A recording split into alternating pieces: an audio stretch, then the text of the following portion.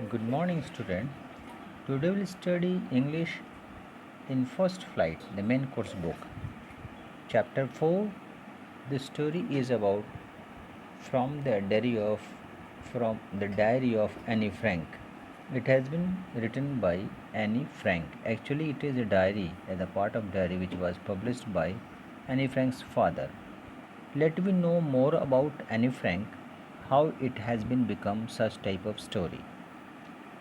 Anne Frank का पूरा नाम एनरिजी मैरी एनी फ्रैंक था, जिसका जन्म जर्मनी में 12 जून 1929 को हुआ।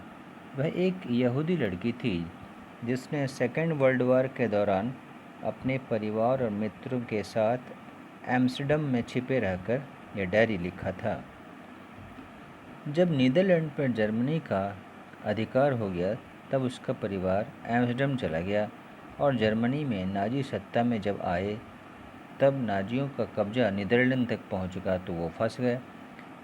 जब यहूदी जनता के प्रति काफ़ी परेशानियां बढ़ने लगी तो यह परिवार जुलाई 1942 में अपने फादर ऑटो फ्रैंक के दफ्तर के कमरों में जाकर छिप गए, परंतु 2 साल बाद उनसे धोखा हुआ और वे सामान्य सेंटर पर भेज दिया गया, जहां बर्गन वेल्सन में अपनी बड़ी बहन मार्गरेट फ्रैंक के कुछ दिन पश्चात एनी को एक अलग तरह की फीवर हुई और वो डेथ हो गई उसकी। उसके पिता ऑटो, जो इस दल में अकेले बचे थे, युद्ध समाप्त होने के बाद लड़ाई जब समाप्त हुई तो एम्स्टर्डम लौटे और एनी की सुरक्षित डायरी उन्हें मिली। और जब उनके फादर को ये विश्वास हो गया कि एक बहुत ही अनोखा कलेक्शन है, तो उन्होंने इसे अंग्रेजी भाषा में छपवा दिया और इसका नाम रखा the diary of a young girl. ये डायरी उनके फादर ने एनी के 13वें जन्म दिवस पर भेंट दिया और 12 जून 1942 से लेकर उसकी जीवन की सभी घटनाओं का कलेक्शन इसमें था। 1 अगस्त 1944 को उसकी अंतिम पेज में ये स्टोरी थी। बाद में इसे डच भाषा में ट्रांसलेट किया गया, जो दुनिया में सबसे अधिक पढ़े जाने वाली डायरी यानी पुस्तक बन गई। इस डायरी पर आधारित कई फिल्में, टेलीविज़न और थिएटर के लिए स्टार्टिंग हुई। यह डायरी एक मैच्योर्ड माइंड का सूक्ष्म ज्ञान का काम है जो नाजी आधिपत्य के अंतर्गत दिनचर्या में बताते हैं। एनी फ्रैंक सर्वाधिक विवादित चर्चित पीड़ितों में से एक हो गई। नाउ स्टोरी अब आगे अच्छी तरह से समझेंगे।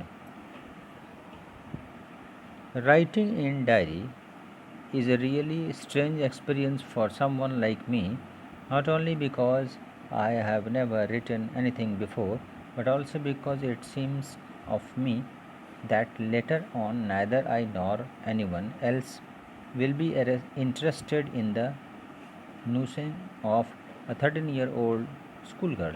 Oh, well, it doesn't matter. I feel life writing and I have an even greater need to get all kinds of things off my chest.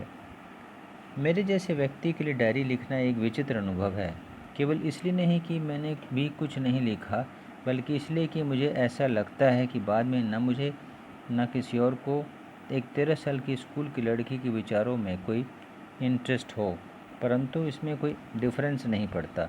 मेरा मन लिखने को कर रहा है और इससे भी ज़्यादा ज़रूरत इस बात की है कि मैं अपने दिल का बोझ उतार रहा हूँ, इसलिए उसमें लिख रहा हूँ।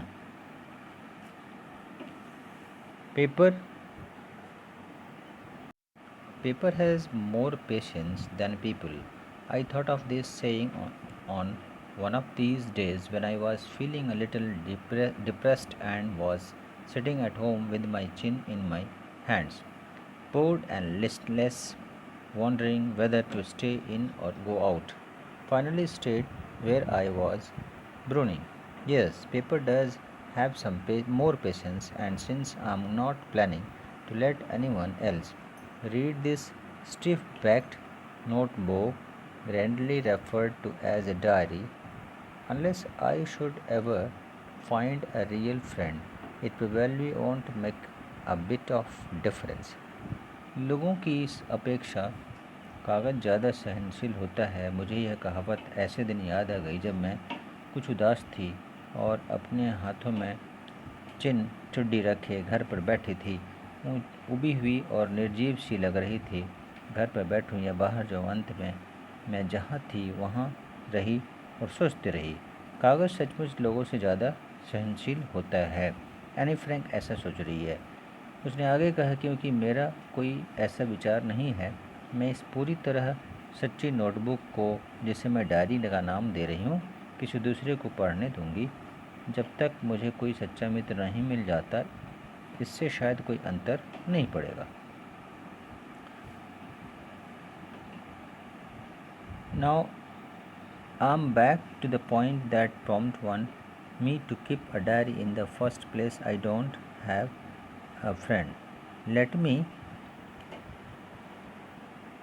put it more clearly, since no one will believe that a 13-year-old girl is completely alone in the world, and I am not. I have loving parents and a 16-year-old sister, and there are about 30 people I can call friends. I have family, loving aunts, and a good home.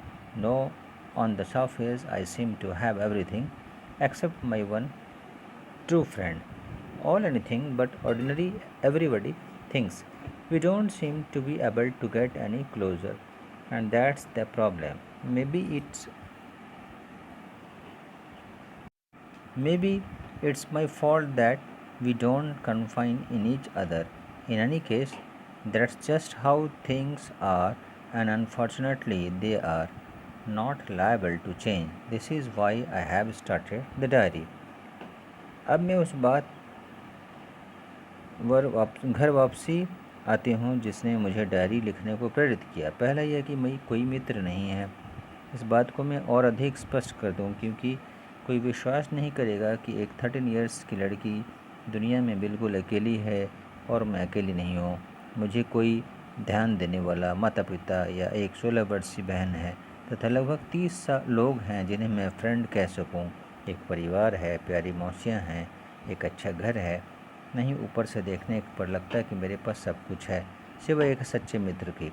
Anne Frank आगे कह रही हैं कि जब मैं मित्रों के साथ होती हूँ तो केवल मौज मस्ती के बारे में सोचती हूँ। मैं प्रतिदिन साधारण बातों के अतिरिक्त कोई अन्य बात नहीं सोचती। हम और ज़्यादा एक दूसरे के करीब नहीं आ पाते, और यही एक समस्या है। शायद यह मेरी कमी है कि हम एक दूसरे को अपना भेद बताने को भरोसा नहीं करते। कुछ भी हो, इस समय स्थिति नहीं है ऐसा, और दुर्भाग्यवश इसके बदलने की कोई संभावना नहीं है। इसलिए मैंने डायरी लिखना शुरू किया। इस वजह से एनी फ्रैंक ने डायरी लिखा।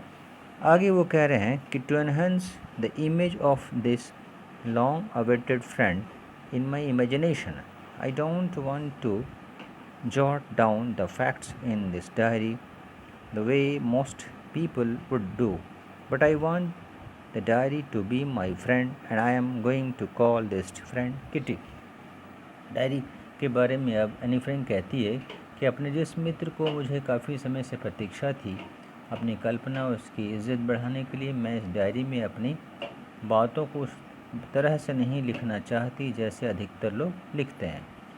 मैं चाहती हूँ यह डायरी मेरा मित्र हो, और मैं इस मित्र का नाम किट्टी रखने वाली हूँ। एनी फ्रैंक की ये फर्स्ट पार्ट की स्टोरी है। अब हम लोग सेकंड पार्ट पढ़ेंगे।